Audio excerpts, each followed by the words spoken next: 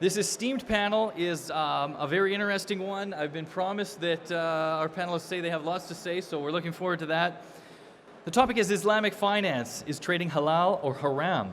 Islamic finance sets specific guidelines on how trading can be conducted to avoid activities that are prohibited in Islam. The permissibility of trading in Islam, adherence to specific principles outlined by Sharia law. The fundamental tenets of Islamic finance emphasize ethical conduct, risk sharing, and avoidance of unjust enrichment. Let's explore this topic with our moderator, Mehnaz. We will let you take it from here, and please give a warm welcome to our final panel of the day. Thank you, Adam. Good afternoon, everybody. I am Mehnaz, founder and CEO of Techysquad, a Dubai-based company specializing in innovative Forex CRM solutions that is designed to help brokers transform the way they manage their business. Our cutting-edge CRM system can be set up in just 30 minutes, providing seamless and effortless experience to brokers looking to streamline their operations and enhance the client management. At Techysquad, we are committed in empowering the Forex industry with robust tools, intuitive features, and unparalleled support that helps brokers achieve their goal with ease and confidence. Welcome to our session, Islamic Finance. Is trading halal or haram?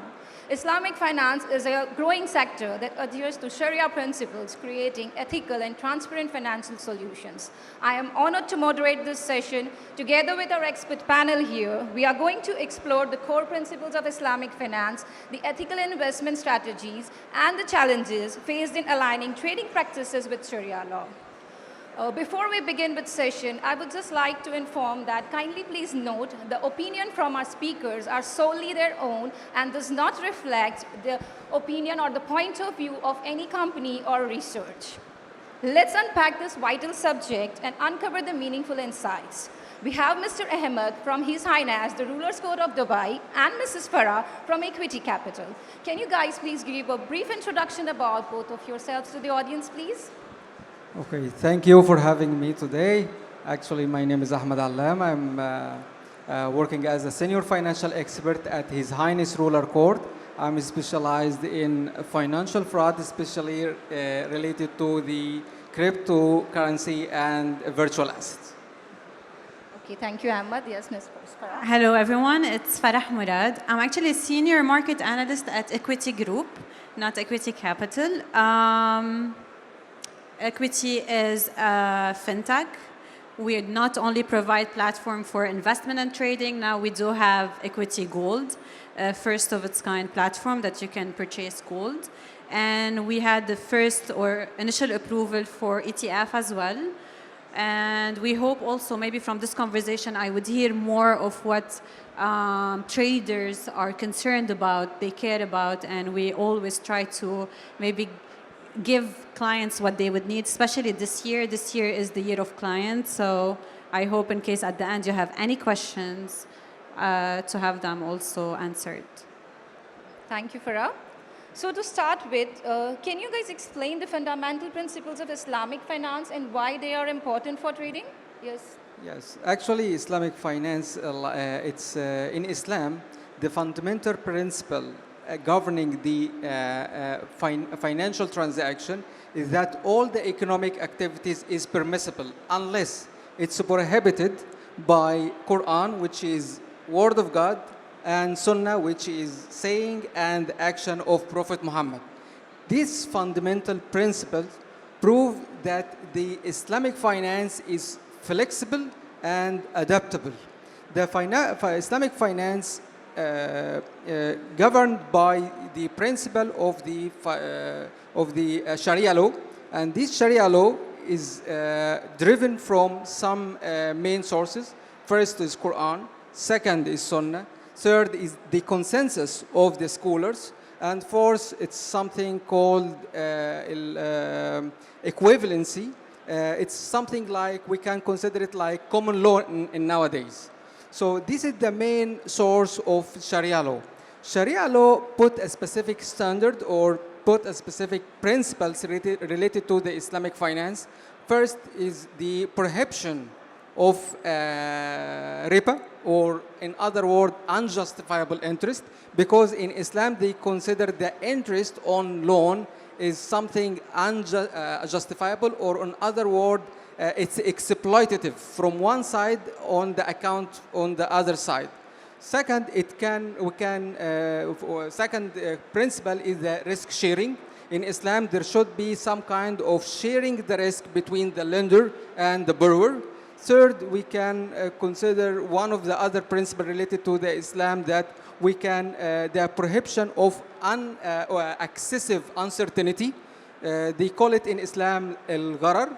When there is some investment related to excessive uncertainty, it's considered prohibited from the perspective of Islam. And other thing related to the main principle for Islam is that any trading or any investment should be backed by a real assets. That's why CFDs or some trading instrument considered prohibited from the perspective of Islam, because it's not backed by a specific assets. Thank you, Ahmed. Farah, if you can share the points of your, if you have something to share about that. For that, I agree 100%. I don't know what's the second question. Maybe it would be even better to answer it in case I have anything else. Okay, so to understand more about the trading is halal or haram, can you explain what types of trading are considered permissible, that is halal in Islamic finance, or could you share some example of trading activities that could consider halal versus haram? Yes, so that's a major debatable point. For example, what we had in 2008, what we had during COVID, they all tell us that we live in a financial landscape where it's not really ruled by Islamic Sharia. And sometimes there's a gray zone, or how you can maybe maneuver that. Because let's say, for example, and that's the crazy part of it, that back in the Islamic era, we either had dirham or we had the gold and the silver. So it was a tangible asset, as Mr. Ahmed was saying, and that's the major thing, because whenever we're discussing trading and we're discussing investment, risk is a point that we can control. Interest rate, for example, not only equity, every other brokers, they have their own Islamic account. But then when we want to dig deep into the financial landscape, and when we no longer have currencies backed by any tangible asset like gold, then the currency itself is not really haram. I don't want to use this word, but then it is not under the Sharia law. When it comes to Islam, the point of view is your money should keep its value throughout the time. But now we are living in a financial landscape where you only keep your money, then you're going to lose the value. Inflation is real. It's the way that the markets work. So if you don't do anything with your money, then you will be losing the value. Hedging is a concept that the Islam prohibits. And that's why sometimes we hedge with gold. But then I need to decide my trading activity. Am I trading, for example, to hedge against inflation? Would that make it halal, for example? Interest rate is a real thing. It's a tool that central banks around the globe, they use, for example, to control the value of the currency, the market cycle, and everything. So it's also the fiat currency that we're using, supposedly, is not a tangible asset, which isn't, let's consider the word haram, for example. So there's nothing backed by it but loans and our trust in the government. So here, the gray zone happens. It depends. I cannot tell you if it's halal or haram. I can highlight from an economic perspective, financial perspective, each product, each activity, how it can be used and how it might be really against Sharia. High risk is definitely haram. But then again, I can open a business and it could have a huge risk compared to trading. Trading, I can decide my risk. It can be 1%. That's a very logical risk. So in that part, yes, I can control this aspect. Interest, for example, as swaps, I can control as well by opening an Islamic account. But then I have questions that if I want to dig deep into it, then I'm going to have to dig deep into the whole financial landscape. Yeah, And that's here's true. the gray zone again. That's true. Yeah, thank you, Farah, for sharing your opinion on that. Ahmed, if you have something to say about the same thing. Yes, actually, I totally agree with Farah. But in addition to the question you refer to, which is related to the trading in Islam, actually, trading in Islam, it's all the kind of trading is permissible. Nothing is prohibited unless there is some exception. If you come to this exception, it means that you go in the unallowable trading activities. We can talk about the equity trading. We can talk about the maybe commodity trading with all types and all kind of commodity, unless it's prohibited in Islam based on it's not allowed to trade in, for example, in alcohol. You are not allowed to trade in tobacco, for example. These trading activities is not allowed because it's based on prohibited commodity. Other thing, we can also trade on currency as well, the forex trading, but it should be managed under a specific standard that it's not allowed to trade based on a swap. It's not allowed to trade based on the overnight position, which is assuming interest as well. Yeah, I totally agree with that, that we have to deal with the tangible and intangible difference, need to be very clear in mind. And as we go further, I would like to ask, how do Islamic financial products promote ethical investment strategies? Sorry, can I hear the question again? How do Islamic financial products promote ethical investment strategies? In a very clear way. I mean, that's why I was interested in digging deep into the Islamic finance, because it's all based on ethics. It's based on keeping the value of your money. So at least the more you work, the more you would have savings for the future. So inflation, artificial inflation, is debatably unethical, and that's something prohibited in Islam. For example, interest, especially this, I would say, monopoly of big institutions managing to profit from interest rate just by doing nothing, no risk. That's also something prohibited. In Islam, we have al-musharaka, or like dividing the risk, sharing the risk as well. So that's also ethical, I would believe, to share the risk. Sometimes it's with money, both of them. Sometimes I would share the money, you would share the work, and we would divide the profit. So I believe religion in general, point of views, like philosophical point of views in general, they are moving towards being ethical. And I'm not really sure how it can be applied in a landscape where we saw many times collapsing because of greed, because of unethical behaviors that we saw from either retails or either big institutions. So I think it's the core of the Islamic finance. Yeah, I totally agree with you, because ethical and unethical things are totally up to the individual sometimes. So yeah, that's true. Ahmed, if you want to comment about it a bit. It's not about commenting. It's just because what Farah mentioned is something it's considered like a standard in Islam. But in general, Islam is considering the welfare of the society. Okay, even when you get in, for example, you have a portfolio of different type of assets, and these different type of assets contain some prohibited activities, or some company which is dealing in prohibited activities. There is a solution in such things. There is something related to the screening and purification of the investment. This purification allow you to deduct amount or to make a provision of the revenues or return you gain from this portfolio to direct it to some other source, like a charity, or like in a donation, or in any other source that can make it purify your income, and it will help you make sure that you are stuck with the Islam standard. Second, it will guarantee the welfare of the society. Yes, I agree with that. Farah, that would be for you the next question. How can brokers and trading platforms integrate Sharia compliant features effectively?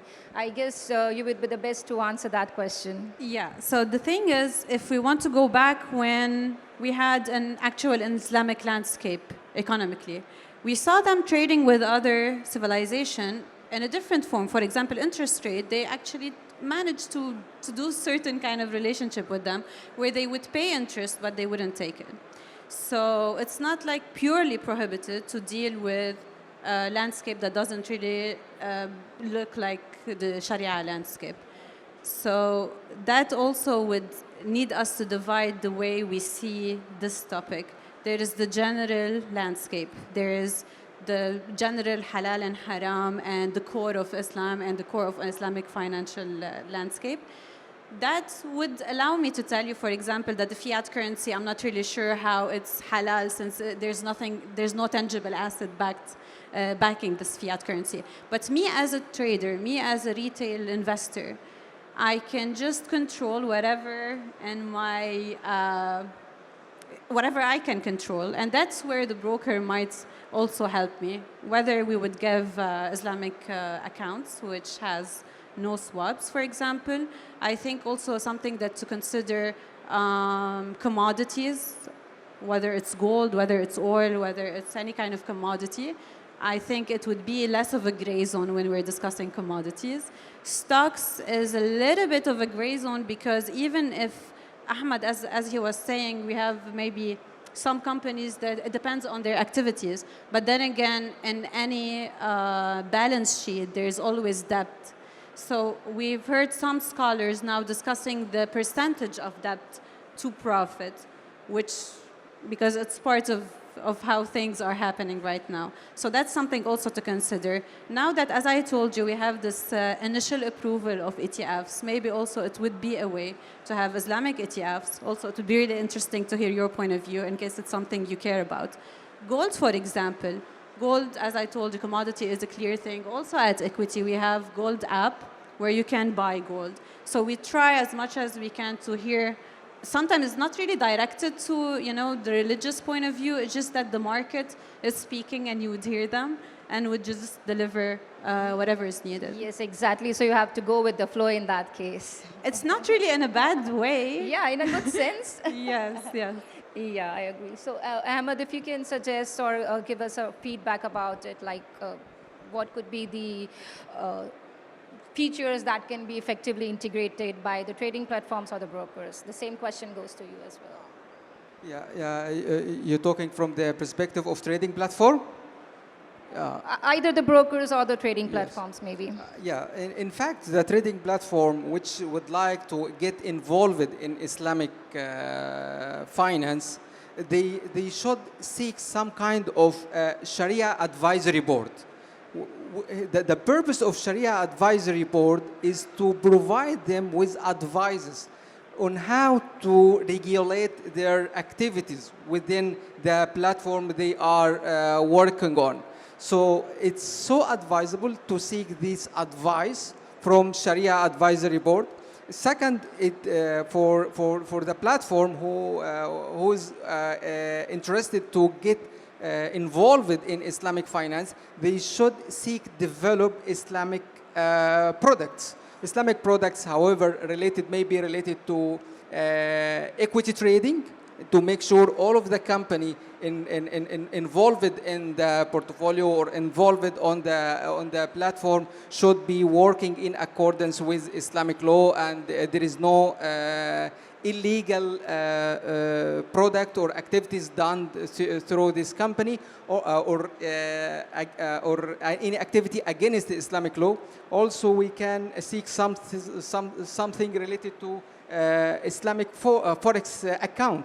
Islamic forex accounts, it guarantees that we can trade on the currency, but this trading should be done on a spot, without any swap, without taking the interest based on the overnight position as well. So making sure that we promoting or we developing an Islamic product or product working in accordance on Islam, it will enhance the the advantage of promoting a platform that could be accessible or interested by the people who are interested to get involved in trading in accordance with Islam and in accordance with Sharia law.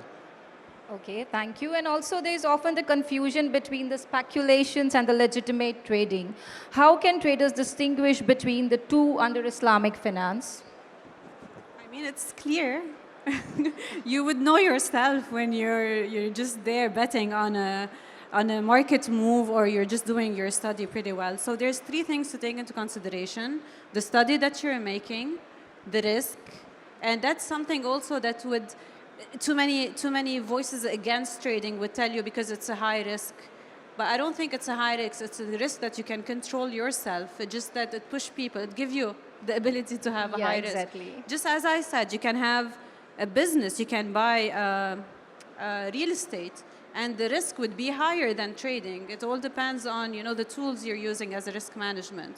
So not going with high volume, obviously. Another thing that we need to discuss when talking about Islamic finance is leverage. As long as you don't use high leverage, some scholars would tell you zero leverage as well. But as long as you're not using leverage, that's also part of the deal. So studying the market, not using leverage, good risk management, in case we're discussing that part only. Yeah, of course, I totally agree that leverage point is really very good to understand that the more leverage you use, the more risk you are and taking. I mean, that's not only, the way that or the thing you would hear from Islamic scholars or Sharia. That's probably the healthy way to do your investment, your portfolio. So keep that in mind. Just for those who are not really interested in following these steps, at least divide your risk in different accounts. So you would have high risk account, low risk, medium. Just a tip on the side. Yeah, so Ahmed, if you can share your point of view for that, please. Yeah, sure. Actually, all of Farah mentioned, I totally agree with it. But I can add something related, which we mentioned earlier, about risk sharing. Because one of the main principles related to the Islamic finance is to share the risk.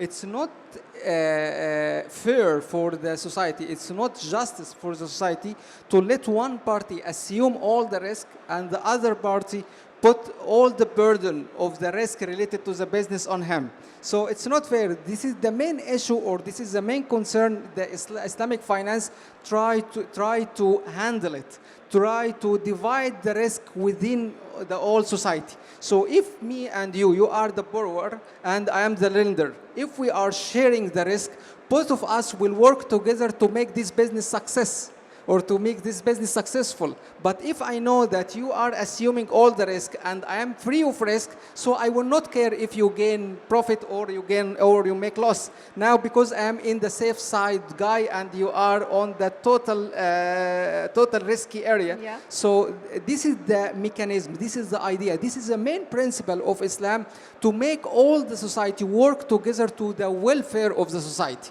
Not one person taking all the benefit and the other take the risk or take the disadvantage of running the business, especially in the time of the economy which have some problem. So we have to support each other to bypass the problem we are suffering. If we go back, sorry, to keep continue about that, if we go back in the economical crisis in 2008, the main principle that the collapsing the economy at this era or at this time, it was related to subprime mortgage, actually, because the securitization idea. There is the assets or the investment is not backed by a real assets. This is first. Second, one party is assuming risk and the other party is totally free of risk. All of that help together to make this economical collapse and make it more difficult and difficult. Yeah, I totally agree that risk sharing is very important point of view, not only in terms of Islamic finance, in terms of day-to-day life for every individual, I guess. Okay, so moving forward, if you can let us know what are the primary challenges Islamic trading platforms encounter today and what strategies can be implemented to overcome them? I mean, that's what we discussed earlier. It's the relationship with non-Sharia compliance financial landscape, which is the major, the biggest part of the financial landscape. And I believe here where you would find, I would say, less work done. We have major scholars just discussing specific points, but we can never just discuss these points when we're linked to an international landscape and we're dealing with, as Ahmed was saying, let's say there was a huge economic collapse. So how can I hedge against that? If I'm going to use tools that are probably not 100% under Sharia law, but hedging is something that is permissible, then what do I do there? So that's why here, I mean, we cannot really tell you what's halal or haram because there's a huge work that needs to be done by scholars on that. But we can explain to you each market and its risk, each market and the points that you need to take into consideration as activities, as investment, and all of that. So, I mean, there is no clear answer to that. It depends on how you are planning to enter. For example, as I said before, and fiat currency is losing its value over the years because of inflation, because of artificial liquidity in the market. So me, if I want to follow Sharia law and I want to hedge against that by trading, is that halal or haram? By using other currencies, is that halal or haram? Because I'm doing an activity that is halal, but through ways that somewhere in the middle, there is interest rate involved. There's assets that are not backed by anything involved. So I think here's a major point where it's not really discussed, and we really need more work to be done into that. Yeah, I guess. And as the industry evolves, how do you see the future of Islamic finance and trading shaping up globally? Ahmed, if you can answer that for me, please.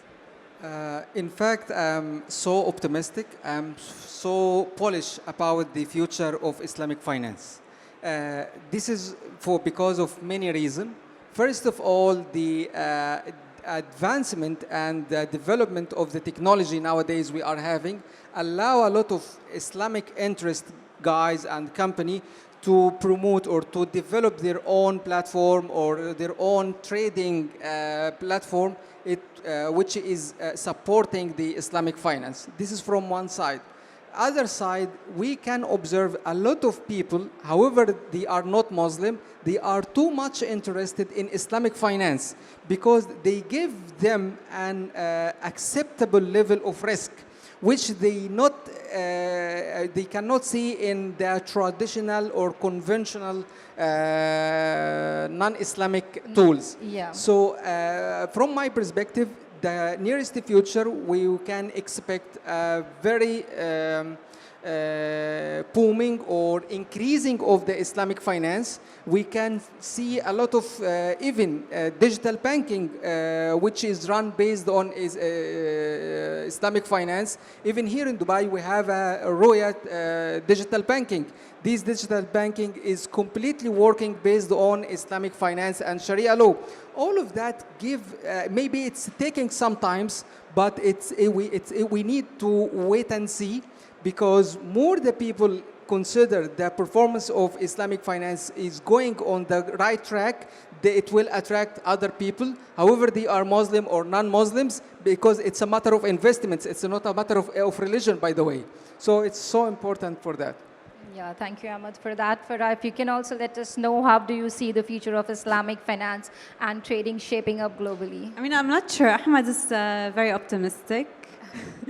But I think whatever needs to happen will happen. And in case we would face economic downturns or collapse based on some activities, some points that are, for example, the greed, the interest rate, and all of that, then maybe we will be forced into another scenario or another way of doing things. So financial landscape in the Islamic financial landscape is huge. There's a couple of points that maybe we will see them starting to be more applicable, especially when it comes to risk. That's what I'm hopeful. But yeah, I believe you would need to face an issue in order to fix it. And in case the Islamic finance would give you this solution, then you will need to take it. Okay, thank you so much for that, Ahmed and Farah. From the audience, if you would like to ask any questions to our speakers, please do raise a question to them. Anybody have any question? Yes, please.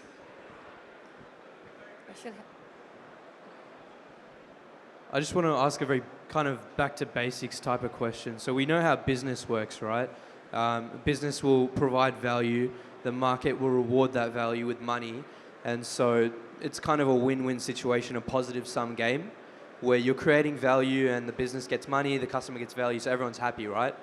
The basic premise of trading is, as a leveraged trader, if you trade and you win some money, there's another trader out there that's gone and lost that money. So it's a sum zero game.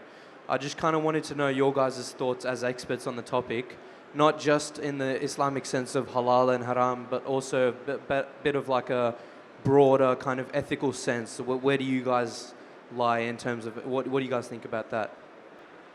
I mean, that's also something where we were discussing the risk in Islam, and it should be shared risk, which is not applicable at the moment. So, I mean, you wouldn't be able to do that. As simple as that. Actually, I have a just comment for what he mentioned. Most of the time, yes, it's zero game. Maybe you make gain, I make loss. But let's think about the current situation at the moment for the cryptocurrency. Okay, let's consider one of the cryptocurrency we have nowadays or initial coin offering, for example. When we go through the initial coin offering, someone start to say that he has his own project, and this project we need some crowdfunding to get to make this product come to life and to tokenize this till it's become a real cryptocurrency, right? A lot of investors inject their money in this cryptocurrency or this token, for example. After that, maybe some kind of fraudulent persons, he take all of this money, okay, and he ran away. Or the price of this token collapsed dramatically. So all of the people in this investment lose. No one, there is no kind of zero game here.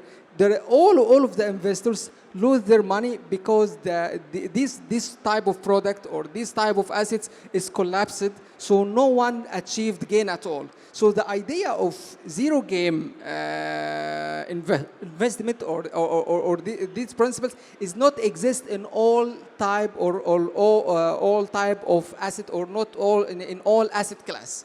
Especially with the, we can say it, with the development of technology we are facing at the moment, okay? Otherwise, if I have two more minutes, because I would like to comment about something related to the interest I before. guess no, because we are already running out of time. I'm sorry, Ahmed, for that. No problem. If you want to know, you can ask us on this side. I would ask you on this side. Okay, so thank you to our panelists for sharing the great insight on this important topic. Islamic finance is not only about adhering to Sharia principles, but also about promoting fairness, ethics, and sustainability in trading. For traders and brokers alike, understanding these principles open doors to more transparent and value-driven financial futures. To our audience, thank you for joining us today. Feel free to connect with our speakers after the session, and have a great remaining IFX Expo Dubai 2025. Thank you so much. Thank you, Ahmed, and thank you, Farah. Wonderful. Warm up.